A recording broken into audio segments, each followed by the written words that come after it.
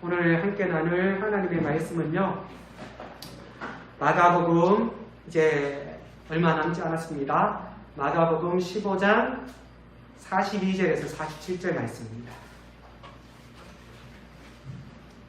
이날은 주기일 곧 안식일 전날이므로 저물었을 때에 아리마대 사람 요셉이 와서 당돌이 빌라도에게 들어가 예수의 시체를 달라 하니 이 사람은 존경받는 공회원이요 하나님의 나라를 기다리는 자라. 빌라도는 예수께서 벌써 죽었을까 하고 이상히 여겨 백부장을 불러 죽은 지가 오래냐 묻고 백부장에게 알아본 후에 요셉에게 시체를 내주는지라. 요셉이 세마포를 싸서 예수를 내려다가 그것으로 싸서 바위 속에 판 무덤에 넣어두고 돌을 굴려 무덤 문에 놓음에 막달라 마리아와 요새의 어머니 마리아가 예수 둔 곳을 보더라. 아멘. 오늘 마가복음 15장 42절에서 47절 말씀을 통하여서 요셉의 선택이라는 제목으로 함께 말씀을 나누기를 원합니다. 지난주 제목 혹시 기억나십니까? 그쵸, 선택이었죠. 누구의 선택이었죠? 그쵸. 한 주 동안 여러분들은 어떠한 선택의 일이 여러분에게 주어졌고 또 여러분들은 어떤 선택을 하셨습니까? 우리는 지난주에 예수 그리스도의 십자가의 사건을 둘러싸고 부정적 선택을 한 사례를 살펴보았습니다. 누구라고요? 빌라도의 선택이었습니다. 어찌 보면 이 사람은 억울할 수 있을 것 같아요. 그렇죠? 그는 나름 재판 가운데 예수의 결백함을 증명하려고 했어요. 하지만 결과적으로 그는 누구를 선택했죠? 그렇죠. 많은 사람들의 생각을 선택하였고 그의 명예를 그리고 그의 생각을 선택하였습니다. 그것이 하나님이 기뻐하지 않은 선택이라고 이야기하고 최악의 선택임을 우리에게 말씀하고 있습니다. 오늘 우리는 이 빌라도의 선택과 아주 대조적인 또 하나의 사건을 생각해 보려고 합니다. 이것도 예수님이 십자가 사건 직후 바로 십자가에 운명하신 이후에 있었던 일입니다. 이것은 정방대의 긍정적인 사례라고 할 수 있는 것입니다. 그렇다면 요셉은 어떻게 최악의 상황 속에서도 최선의 선택을 할 수 있었는지 함께 살펴보고요. 우리의 삶 가운데 빌라도의 선택이 아닌 누구의 선택요? 아리마대 요셉의 선택이 저와 여러분의 선택이 되길 주님의 이름으로 간절히 기도드립니다. 네, 참 감사해요. 왜냐하면 요즘 제 삶 가운데 결정해야 될 일들이 많이 생기더라고요. 어릴 때는 결정할 필요가 없어요. 맞죠? 왜냐하면 부모를 통해서 선택이 되어지잖아요. 하지만 성인이 되어질수록 어떻게 할까요? 되어질까요? 많은 선택을 해야 됩니다. 다시 말하면 우리의 신앙이 어릴 때는 선택할 것이 작습니다. 하지만 신앙이 성숙되어질수록 어떤 일들이 많이 생길까요? 선택해야 할 일들이 많이 생기게 됩니다. 그럼 여러분들에게 선택에 많은 일들이 주어졌다는 것은 무슨 말이죠? 내가 그만큼 인격적으로 하나님을 알아간다라는 말이기도 합니다. 어찌 보면. 하지만 중요한 건 뭐예요? 잘못된 선택도 할 수 있다라는 것이에요. 그래서 오늘 요셉이 어떤 선택을 하였는지를 잘 살펴보아서 여러분은 빌라도가 아닌 누구예요? 아리마대 요셉의 선택이 되길 주님의 이름으로 간절히 기도드립니다. 첫 번째로 그의 선택은요, 공개적인 선택이었다라는 사실을 주목해야 합니다. 성경은 이 사람을 소개할 때 어떻게 소개했죠? 그냥 요셉이라고 하지 않고 아리마대 요셉이라고 소개합니다. 그래서 우리가 이 사람의 이름이 아리마대 요셉이라고 생각할 수 있습니다. 아마 성은 뭐죠? 요셉이고 이름은 아리마대가 아닐까라고 생각할 겁니다. 하지만 그러지 않아요. 이 아리마대는 여러분 아세요? 본래 지명 이름입니다. 어느 지명 이름인지 아세요? 유대 중앙 상지 예루살렘에서 서북쪽으로 약 2마일 정도 올라가면 존재하는 아주 작은 마을이에요. 누구의 고향이었냐면 힌트입니다. 사무엘의 고향이었어요. 라마다임 소빈이라는 지역입니다. 여기에 사울의 고향이거든요. 사울이 이제 사무엘을 세우고 난 다음에 고향에 가잖아요. 그곳이 어디냐면 바로 라마다임 소빈입니다. 여기 출신의 사람 누구라고요? 요셉이라는 말입니다. 그럼 왜 이렇게 분리할 필요가 있었을까요? 왜냐하면 그 당시 요셉이라는 이름이 굉장히 흔하고 보편적인 이름이기 때문입니다. 요셉아 하면 서너 사람이 대답할 수 있을 정도였다고 합니다. 성경에도 요셉의 이름이 여러 사람이 나오잖아요. 그렇죠? 여기 요 장면에도 누가 있습니까? 예수님의 아버지였던 요셉도 있지 않습니까? 그렇죠? 이렇게 사람을 오늘 마가의 저자는 이 사람을 구별하기 위해서 아리마대 요셉이라고 하였습니다. 마치 예전에 여러분 학교 다닐 때 흔한 이름이 뭐였습니까? 저희 다닐 때 흔한 이름이 정숙이었습니다.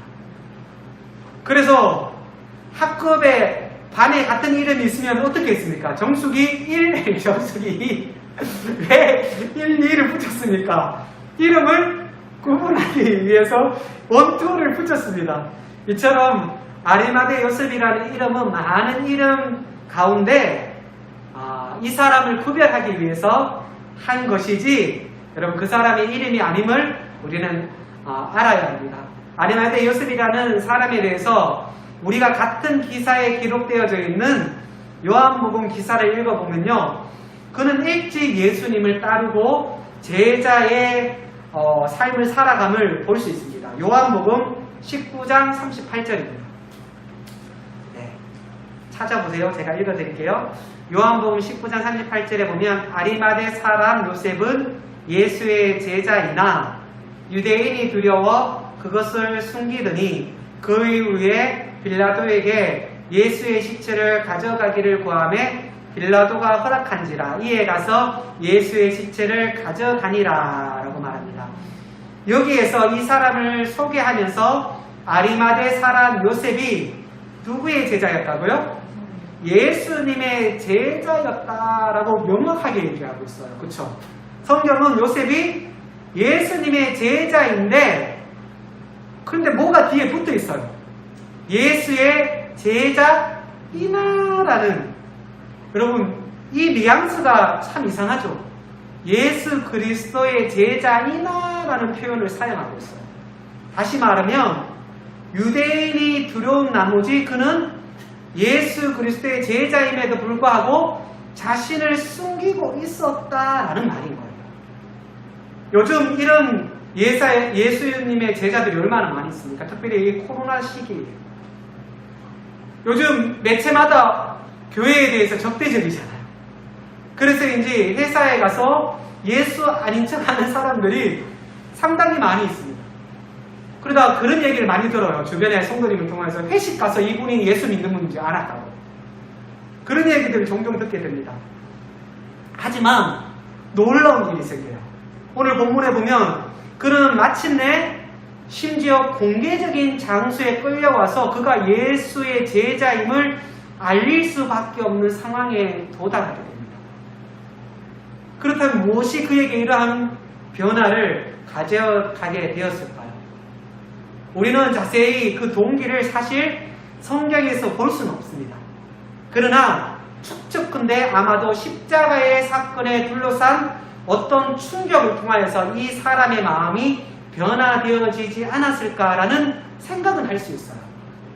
십자가상에 돌아가신 예수님을 그는 먼 곳에서 계속해서 주목하고 보고 있었던 사람입니다. 그가 십자가에 달리면서 아버지여 저들이 하는 것을 모료히 용서해 주십시오 기도하는 그 예수님의 모습을 통해서 감동받지 않았을까요?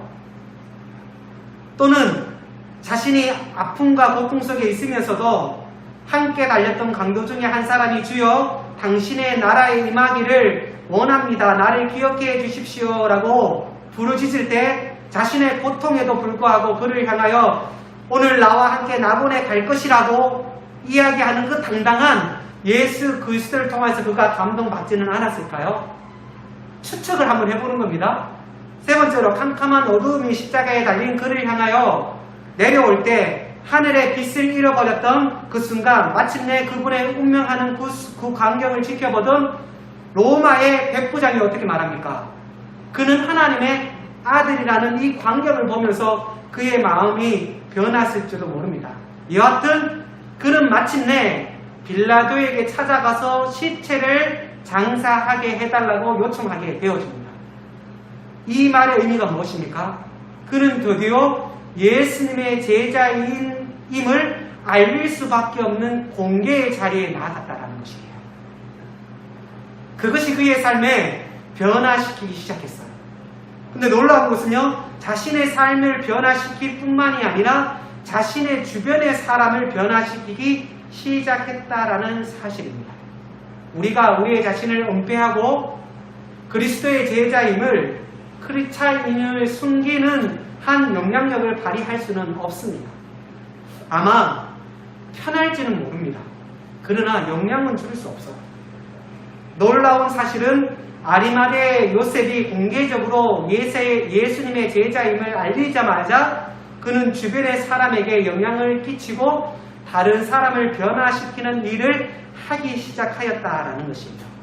계속해서 요한복음 한번 아까 찾았죠? 19장 38절 다시 한번 볼까요? 아리마대 사람 요셉은 예수의 제자이나 유대인이 두려워 그것을 숨겼더니 이 이후에 빌라도에게 예수의 시체를 가져가기를 구하매 빌라도가 허락한지라 이에 가서 예수의 시체를 가져가니라 라고 말하고 있어요. 개역 개정에 이전에 개역 한글이잖아요. 그런데 개역 한글에는 이 숨기다라는 말을 어떤 단어를 사용하냐면 언유하다라고 사용하고 있어요. 숨겼다라는 것입니다. 다시 말해 그는 처음에 어떻게 했죠? 예수의 제자임을 숨겼다라는 것이에요. 그러나 드디어 빌라도 앞에 이제 어떻게 합니까? 당당하게 예수님의 시체를 달라고 요구합니다. 그가 누구의 제자인 것을 밝히는 거죠? 예수님의 제자임을 밝히게 되어집니다. 근데 더 놀라운 사실은요, 그 다음 절입니다. 39절 볼까요? 일찍이 예수께 밤에 찾아왔던 니고데모도 모략과 침량 섞인 것을 100리트라쯤 가지고 온지라. 이 요셉이 자신이 예수 그리스도임을 공개적으로 선택하고 결단할 때 어떻게 되어집니까? 다른 사람에게 영향을 끼치게 되어졌다라는 사실입니다. 누구에게요? 니고데모에게 영향을 끼치게 되어집니다. 성경을 볼까요? 성경은 말하기 일찍 예수께 밤에 찾아왔던 니고데모입니다. 니고데모에게 계속 붙는 단어 중에 하나가 무엇이냐면요, 밤입니다. 원래 니고데모는 어떤 사람입니까? 밤의 사람이었어요. 맞죠? 왜냐면 세상에 속했던 사람이잖아요. 여러분, 니고데모와 예수님의 첫 장면을 한번 생각해 보십시오. 밤에 나와서 예수님께 던진 질문이 무엇입니까? 예수님, 어떻게 하면 거듭날 수 있습니까? 중생의 도리가 무엇입니까? 라고 묻습니다. 저는 그때 틀림없이 그 물음 앞에 예수님의 답을 통해서 니고데모도 누구의 제자가 되었을까요? 그렇죠. 예수님의 제자가 되었을 거예요. 그런데 오늘 이전까지 니고데모의 삶의 활동이 하나도 소개되지 않습니다. 그러니 니고데모도 어쩌면 요셉처럼 예수를 알고 거듭난 제자임에도 불구하고 제자임을 숨겼다는 것이죠. 영화로 얘기하면 007과 같은 숨어서 활동하는 제자처럼 보여집니다. 그러나 드디어 오늘 아리마대 요셉이 공개적으로 나오는 모습을 보자마자 어떻게 합니까?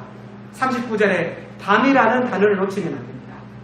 성경은 밤이라는 단어를 결코 침묵하지 않고 여기에 집어넣고 있습니다. 그 말은 이 사람이 사회적 신분이 높을수록 자기가 예수의 제자인 것을 알리는 것이 힘들었던 모습이 많음을 볼 수 있습니다. 그래서 밤에 찾아왔던 그였지만 드디어 그 밤중에 찾아왔던 예수를 믿었던 것을 숨겼던 니고데모도 바로 장래 예식에 참여하면서 예수의 제자임을 공개하게 되어졌다는 사실입니다. 성도 여러분, 공개적인 신앙의 고백은 영향력을 끼칩니다. 뿐만 아니라 내 자신의 삶도 영향을 끼치게 되어집니다. 그 이유가 무엇일까요? 공개적인 신앙을 선포하게 되어지면요, 책임이 따라오기 때문이에요.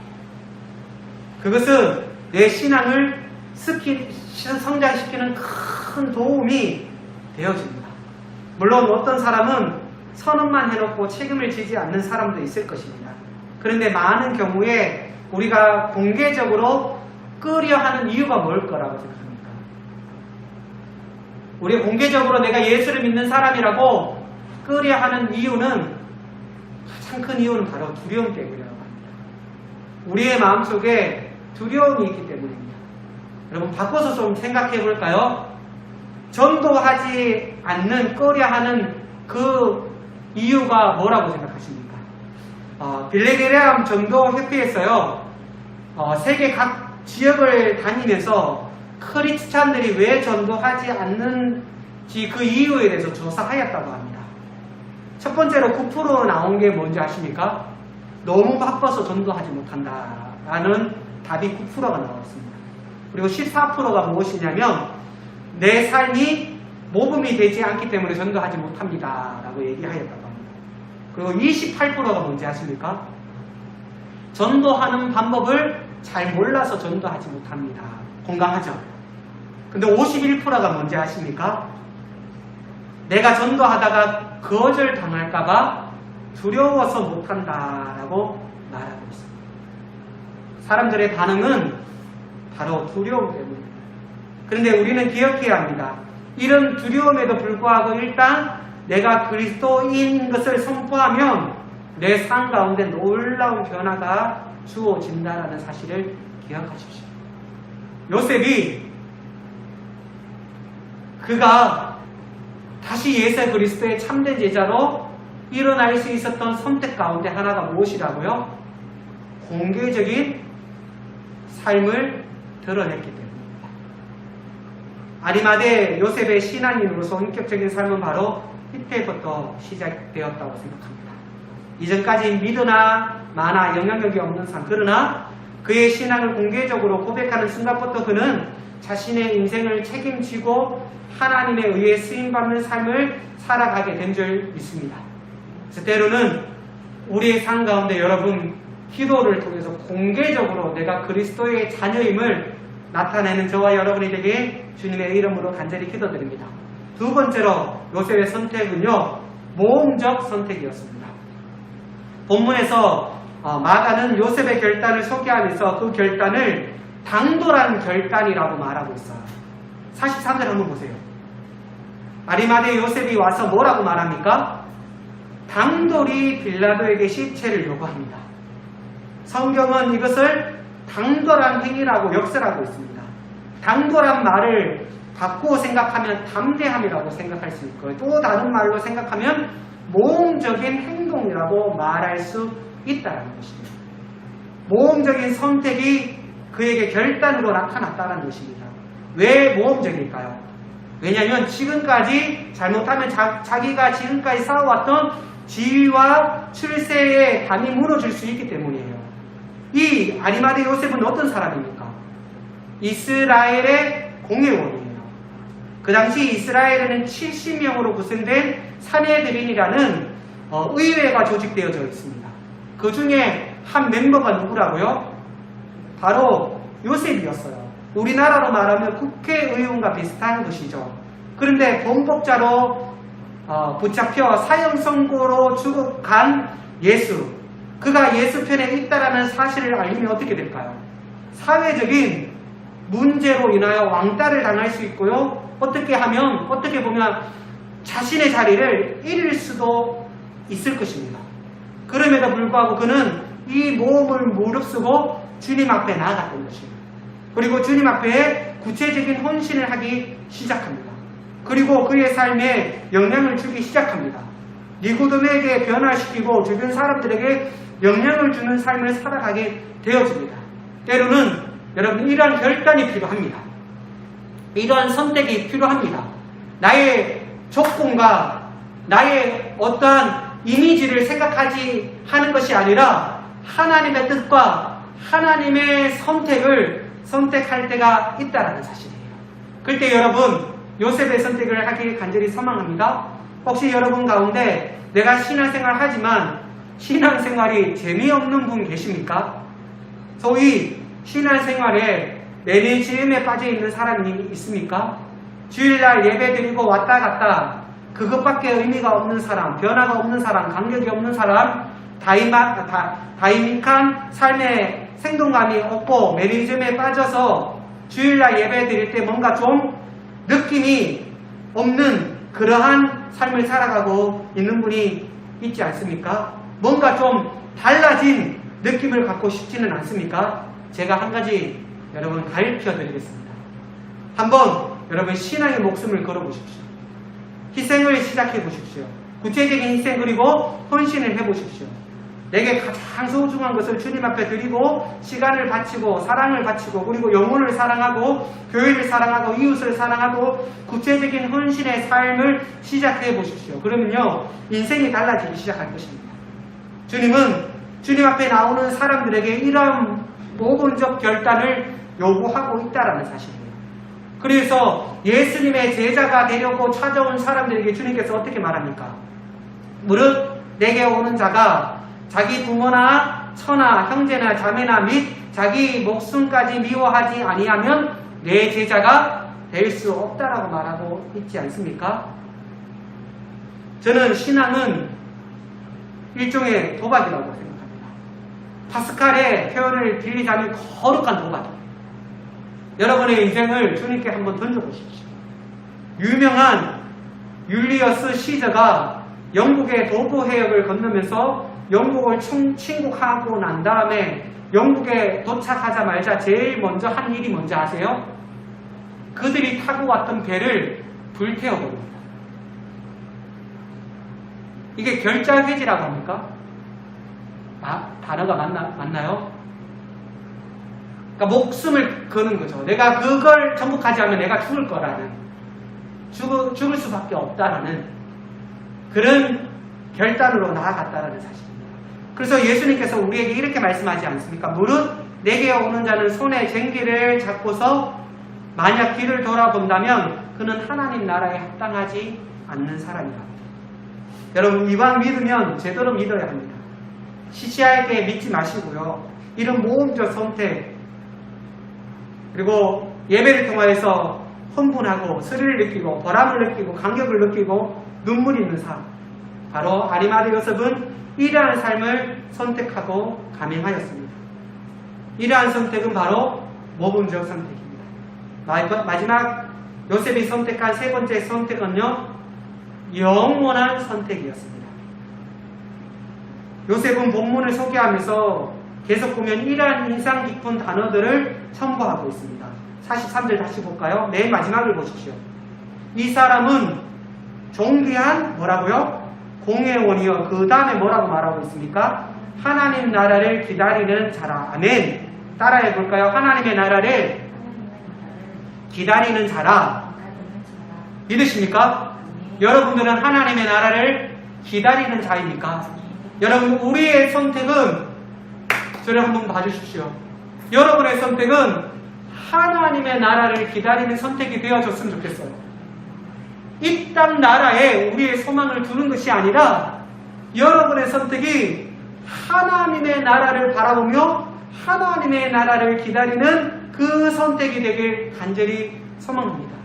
여러분, 그런데 그는 과거에 하나님의 나라를 기다렸던 자가 아니에요. 오늘 여기 기다렸다라고 사용하는 이 단어는요, 현재 분사예요. 다시 말하면 지금도 어떻게 한다고요? 예, 하나님의 나라를 기다리고 있다라는 거예요. 지금 상황이 어떻습니까? 누가 죽었습니까? 그들이 임금 삼으려고 하고 그들이 소망하였던 하나님의 나라의 주인처럼 여겼던 누가 죽었습니까? 예수 그리스도가 죽은 상황이에요. 그런데 그는 이 상황으로 끝날 것을 생각하지 않았다는 것이에요. 다시 말하면 하나님의 나라를 이루기 위해서 누가 다시 살아날 것을, 예수 그리스도가 부활할 것을 그는 알고 있었다라는 것입니다. 예수께서 광야를 통하여서 계속적으로 선포하신 말씀이 무엇입니까? 예수님께서 3년 동안 공생의 시작을 하면서 광야에서 선포한 말씀이 무엇입니까? 회개하라? 무엇이 가까이 온다? 그렇죠. 아멘. 하나님의 나라가 가까이 오는 줄 믿습니다. 이것은 그때의 말은 아닙니다. 지금 이 시대, 현재 분사입니다. 지금 이 시대도 예수님은 우리에게 말씀하십니다. 무엇이라고? 무엇하고? 회개하고. 무엇을 기다리라고? 하나님의 나라에 가까운 것을 기대하라고 말씀하고 있는 것입니다. 요셉은요, 그저 장례를 치르는 것에 의미를 두지 않았어요. 그의 선택은 그저 어떤 행위에 소망을 둔 것이 아니에요. 무엇입니까? 바로 하나님의 나라를 기다리는 증표가 바로 장례를 하는 일이었다라는 사실입니다. 바로 부활신앙을 그는 갖고 있었다는 것입니다. 그러면 그는 어떻게 알았을까요? 아마 저는 구약 성경을 잘 알았다고 생각합니다. 여러분, 우리가 하나님의 나라를 소망하기 위해서 정말 중요한 것은요, 말씀을 잘 알아요. 특히 이사야서 53장에 보면 아주 유명한 메시아의 순환을 예고하는 말씀이잖아요. 그 말씀 가운데 우리가 잘 아는 말씀이죠. 그가 찔림은 우리의 허름을 인하여 그의 상함은 우리의 죄를 임함이라 라고 말합니다. 그리고 53장에 이사야서 53장에 보면 이러한 내용도 있어요. 그는 범죄 대상 하나로 해안임을 얻어 강도들 사이에서 죽을 것이요 라고 얘기를 하고요. 그 다음에 또 보면 이렇게 말하고 있습니다. 그가, 잘 들어보세요. 그가 죽은 후에 그의 무덤은 부자의 묘실로 함께 할 것이다. 아마 아리마대 요셉은요, 이 말을 믿을 거예요. 그리고 흥분했을 거예요. 뭐라고요? 부자의 묘실에. 이 부자가 누구이기를 소망했을까요? 자기 일을 소망했을 거예요. 그리고 실제로 그가 그 일을 하였고 그 묘실을 누가 장례를 하게 되어집니까? 예수 그리스도가 죽게 되어지고 그곳에서 다시 어떻게 됩니까? 살아나는 하나님의 놀라운 역사가 일어나게 되어지는 줄 믿습니다. 그래서요, 이걸 성경은 또 놓치지 않습니다. 그래서 마태복음에 보면 이 기사를 무덤이라고 얘기하지 않고요, 새 무덤이라고 얘기하고 있어요. 정결한 세마포를 준비하고 새 무덤을 준비하였다. 아직도 쓰지 않은 무덤을 준비하였다. 원래 왜 이 무덤을 준비하였을까요? 자기를 위해서 준비하였을 거예요. 그쵸? 하지만 그가 말씀을 깨닫고 그 새 무덤을 누구에게 드립니까? 예수 그리스도에게 예물로 드리게 되어집니다. 여러분, 동방 박사가 그렇게 하지 않았습니까? 예수께 은혜 받았던 마리아가 그의 향유를 주님께 드리지 않았습니까? 왜 이렇게 할 수 있었습니까? 바로 주님은 여기에 계시고 안식하고 일어날 것에 대한 부활의 소망, 바로 하나님의 나라를 기다리고 있었던 자가 바로 요셉이었기 때문에 가능하게 되어진 줄 믿습니다. 여러분, 헌신, 믿음의 반응은요, 일순간에 나타나는 게 아니에요. 말씀을 가지고, 그 말씀을 가지고 우리가 고민하고 살아낸 그 흔적이 우리의 삶으로 나타나게 되어지는 줄 믿습니다. 다가오는 하나님의 나라, 그 영원하신 하나님의 나라를 위해서 그는 기쁘게 자기의 무덤을 내어놓았어요.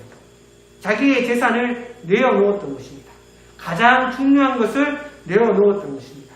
그는 이제 이 땅의 이름을 구하는 사람이 아니라 하나님이 인정하는 명예를 구하는 사람이 되어진 것이에요. 우리 주님이 나를 알아주신다면, 하나님께 쓰임받을 수 있다면, 하나님의 나라가 오게 하는 일에 도움이 될 수 있다면 기꺼이 자신의 모든 것을 내어놓기 시작한 것입니다. 그리고 그의 삶은 변화하기 시작합니다. 왜냐하면 그의 시선은 더 이상 순간적인 없어지고 지나가 버릴 명예와 자신의 이름, 부여에 관심을 갖지 않았습니다. 그의 결단은 영원한 선택이요 영원한 결단이 된 줄 믿습니다. 여기에는 후회할 필요가 없는 것이에요. 이제 말씀 마치려고 하고요. 여러분은 무엇을 위해 살아가고 있습니까? 혹시 썩어버릴 명예와 썩어버릴 부, 잠시 이 순간 밖에는 나에게 의미가 될 수밖에 없는 헛되고 헛된 것들을 붙잡고 그것을 위하여 인생을 소모하고 있지는 않습니까? 이제 우리는 영원히 있는 것, 하나님 앞에 인정되는 그 삶을 위해서 우리의 신앙을 투자하기 원합니다. 그러기 위해서 우리는 가감히 결단해야 할 결단과 선택의 삶을 살아가야 합니다.